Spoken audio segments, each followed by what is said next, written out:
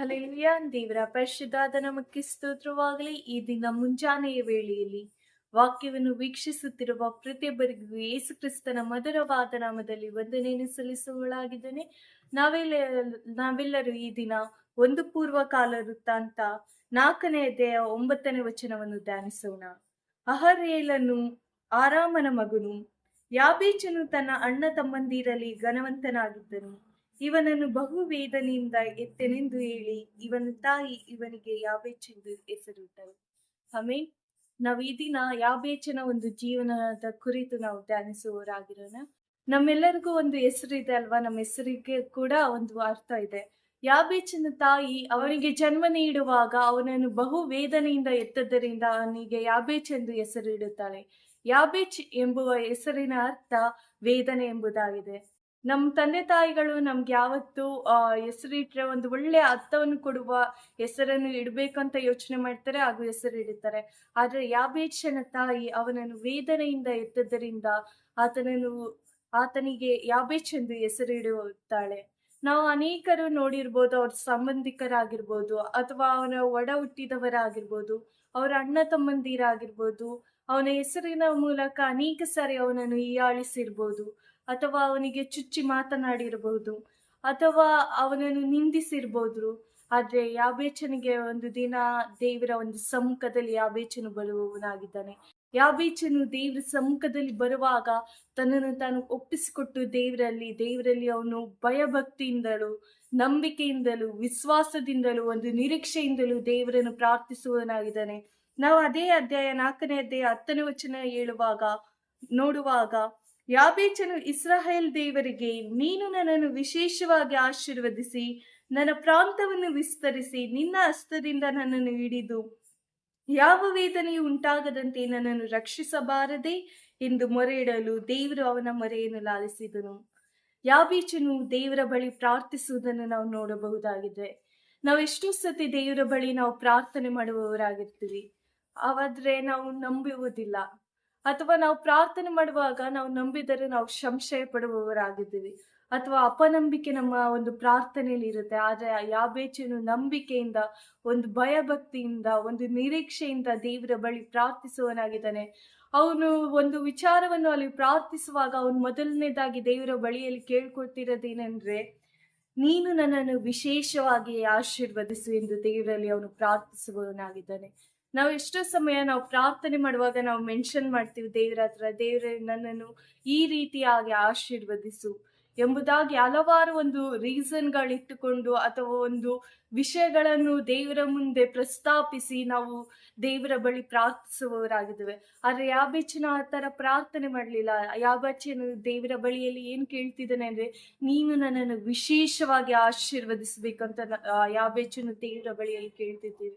ಯಾಕಂದ್ರೆ ಯಾಬೇಚನಿಗೆ ಗೊತ್ತು, ನಮ್ಮ ಆಲೋಚನೆಗಳಿಗಿಂತ ದೇವರ ಆಲೋಚನೆ ಅದು ಉತ್ತಮವಾದ ಆಲೋಚನೆ ಆಗಿದೆ. ಅಂದ್ರೆ ನಾವು ಯೆರೆಮೀಯದಲ್ಲಿ ನಾವು 29ನೇ ಅಧ್ಯಾಯ 11ನೇ ವಚನದಲ್ಲಿ ನಾವು ನೋಡುವಾಗ ದೇವರ ವಾಕ್ಯ ಹೀಗೆ ಹೇಳುತ್ತದೆ, ನಿರೀಕ್ಷೆ ಇರಲಿ ಎಂದು ನಾನು ನಿಮ್ಮ ವಿಷಯದಲ್ಲಿ ಮಾಡಿಕೊಳ್ಳುತ್ತಿರುವ ಆಲೋಚನೆಗಳನ್ನು ನಾನೇ ಬಲ್ಲೆನು, ಅವು ಅಹಿತದ ಯೋಚನೆಗಳಲ್ಲ, ಹಿತದ ಯೋಚನೆಗಳೇ.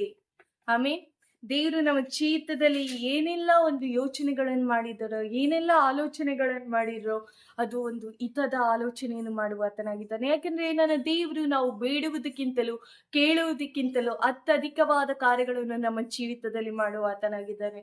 ಆತನು ದೇವರಿಗೆ ಹೇಳ್ತಾನೆ, ನೀನು ನನ್ನನ್ನು ವಿಶೇಷವಾಗಿ ಸಾಮಾನ್ಯವಾಗಿ ಆಶೀರ್ವದಿಸಬೇಕು ಅಂತ ಅವನು ಕೇಳ್ಕೋತಿಲ್ಲ, ವಿಶೇಷವಾಗಿ ನನ್ನನ್ನು ಆಶೀರ್ವದಿಸು ಎಂದು ದೇವರಲ್ಲಿ ಮೊರೆ ಇಡ್ತಾನೆ. ಅವನು ಎರಡನೇದಾಗಿ ಅವನು ಕೇಳ್ಕೊತಿದ್ದಾನೆ, ನನ್ನ ಪ್ರಾಂತವನ್ನು ವಿಸ್ತರಿಸು ಅಂತ.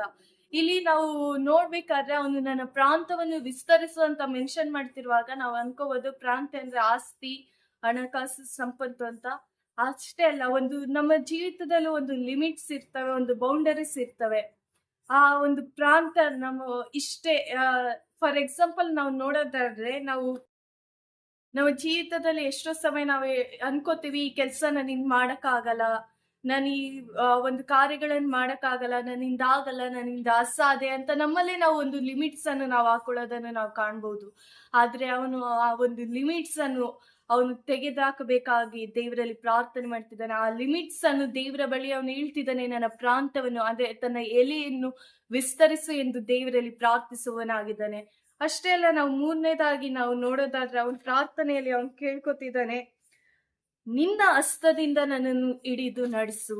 ಈ ಒಂದು ಲೈನ್ ನ ಅರ್ಥ ನಾವು ನೋಡೋದಾದ್ರೆ, ನಿನ್ನ ಹಸ್ತದಿಂದ ನನ್ನನ್ನು ಹಿಡಿದು ನಡೆಸು ಅಂದ್ರೆ ನಿನ್ನ ಒಂದು ಚಿತ್ತದ ಪ್ರಕಾರ, ನಿನ್ನ ಒಂದು ಆಲೋಚನೆಯಲ್ಲಿ, ನಿನ್ನ ಒಂದು ಮಾರ್ಗದರ್ಶನದಲ್ಲಿ ನನ್ನನ್ನು ನಡೆಸು ಎಂದು ದೇವರಲ್ಲಿ ಪ್ರಾರ್ಥಿಸುವವನಾಗಿದ್ದಾನೆ.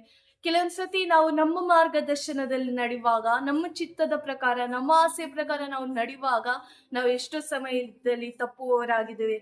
ಎಷ್ಟೋ ಸಮಯ ನಮ್ಮ ಆಲೋಚನೆಗಳು, ನಮ್ಮ ಯೋಚನೆಗಳು ನಮ್ಮ ಜೀವಿತದಲ್ಲಿ ಒಂದು ಅಹಿತವನ್ನು ತರುವಂತದ್ದಾಗಿದೆ.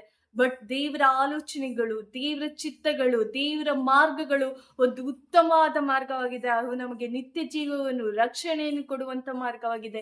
ಅದಕ್ಕೆ ಯಾಬೇಚನು ಅಲ್ಲಿ ಮೆನ್ಷನ್ ಮಾಡಿದ್ದಾನೆ, ನಿನ್ನ ಕರದಲ್ಲಿ ನನ್ನನ್ನು ನಡೆಸು ಎಂಬುದಾಗಿ ಪ್ರಾರ್ಥನೆ ಮಾಡ್ತಿದ್ದಾನೆ ದೇವರ ಬಳಿ. ಅಷ್ಟೇ ಅಲ್ಲದೆ ಕೊನೆಯದಾಗಿ ಅವನು ಮೆನ್ಷನ್ ಮಾಡ್ತಿದ್ದಾನೆ, ಯಾವ ವೇದನೆಯು ಉಂಟಾಗದಂತೆ ನನ್ನನ್ನು ರಕ್ಷಿಸಬಾರದೇ ಎಂದು ದೇವರಲ್ಲಿ ಮೊರೆ ಇಡ್ತಾನೆ. ಯಾಕಂದ್ರೆ ಅವನು ಈ ವಿಷಯನ ಹೇಳುವಾಗ ಅವನಿಗೆ ಎಷ್ಟೋ ಸಮಯ ಅವನಿಗೆ ತುಂಬಾ ವೇದನೆ ಉಂಟಾಗಿರ್ಬೋದು. ಯಾಕಂದ್ರೆ ಎತ್ತಂತ ತಾಯಿ ತನ್ನನ್ನು ವೇದನೆ ಎಂದು, ಅಂದ್ರೆ ಯಾಬೇಚ್ ಎಂಬುವ ಹೆಸರಿನ ಅರ್ಥ ವೇದನೆ ಎಂಬುದಾಗಿದೆ. ವೇದನೆ ಎಂದು ಕರೆದಾಗ ಎಷ್ಟೋ ಸಮಯ ಅವನನ್ನು ಹೀಯಾಳಿಸಿರ್ಬೋದು, ಬಂಧು ಬಳಗದವರು ಅವನನ್ನು ದೂಷಿಸಿರ್ಬೋದು, ಎಷ್ಟೋ ಸಮಯ ಅವನ ಹೆಸರನ್ನು ಕೇಳಿ ಎಷ್ಟೋ ಜನ ಆಡ್ಕೊಂಡಿರ್ಬೋದು. ಅವನಿಗೆ ಒಂದು ವೇದನೆ, ಅವನಿಗೊಂದು ದುಃಖ ಇರುತ್ತೆ. ದೇವ್ರೆ, ನೀನು ನನ್ನನ್ನು ಯಾವ ವೇದನೆಯು ಬರದಂತೆ ನನ್ನನ್ನು ರಕ್ಷಿಸು ಎಂದು ದೇವರಲ್ಲಿ ಪ್ರಾರ್ಥನೆ ಮಾಡ್ತಿದ್ದಾನೆ. ಯಾವ ಕೆಡುಕನ ಕಣ್ಣು ಅವನ ಮೇಲೆ ಬೀಳದಾಗಿ ರಕ್ಷಿಸು ಎಂಬುದಾಗಿ ಅವನು ಪ್ರಾರ್ಥನೆ ಮಾಡುವುದನ್ನು ನಾವು ನೋಡ್ತಾ ಇದ್ದೀವಿ. ಎಷ್ಟೋ ಸಮಯ ನಾವು ಕೂಡ ಎಲ್ಲರೂ ನಮ್ಮನ್ನು ಕೈ ಬಿಟ್ಟಂತ ಪರಿಸ್ಥಿತಿಯಲ್ಲಿ ಇರ್ಬೋದು. ಯಾಬೇಚನ ರೀತಿ ಎಲ್ಲರೂ ನಮ್ಮನ್ನು ನಿಂದಿಸಿರ್ಬೋದು, ನಿನ್ನಿಂದೇನೂ ಆಗಲ್ಲ, ನೀನೊಬ್ಬ ಲೂಸರ್ ಅಂತ ಕೂಡ ನಮ್ಮನ್ನು ಕರೆದಿರಬಹುದು. ಎತ್ತಂತ ತಂದೆ ತಾಯಿಗಳು ನಮ್ಮನ್ನು ತೊರೆದು ಬಿಟ್ಟು ನಮ್ಮನ್ನು ನಿಂದಿಸಿ ಇರಬಹುದು. ಯಾಬೇಚನ ರೀತಿ ಅವರು ಕೂಡ ನಮಗೆ ಹೇಳಿರಬಹುದು. ಆದ್ರೆ ನಾವು ಪ್ರಾರ್ಥನೆ ಮಾಡೋಣ. ನಾವು ದೇವ್ರ ಸಮ್ಮುಖದಲ್ಲಿ ಬಂದು ನಂಬಿಕೆಯಿಂದ ಯಾಬೇಚನು ಪ್ರಾರ್ಥನೆ ಮಾಡಿದ ರೀತಿ ನಾವು ಪ್ರಾರ್ಥನೆ ಮಾಡುವಾಗ ದೇವರು ನಮ್ಮ ಜೀವಿತದಲ್ಲಿ ನಾವು ಊಹಿಸಲು ಅಸಾಧ್ಯವಾದ, ನಾವು ಬೇಡುವುದಕ್ಕಿಂತಲೂ ಕೇಳುವುದಕ್ಕಿಂತಲೂ ಅತ್ಯಧಿಕವಾದ ಕಾರ್ಯಗಳು ನಮ್ಮ ಜೀವಿತದಲ್ಲಿ ಮಾಡುವವನಾಗಿದ್ದಾನೆ.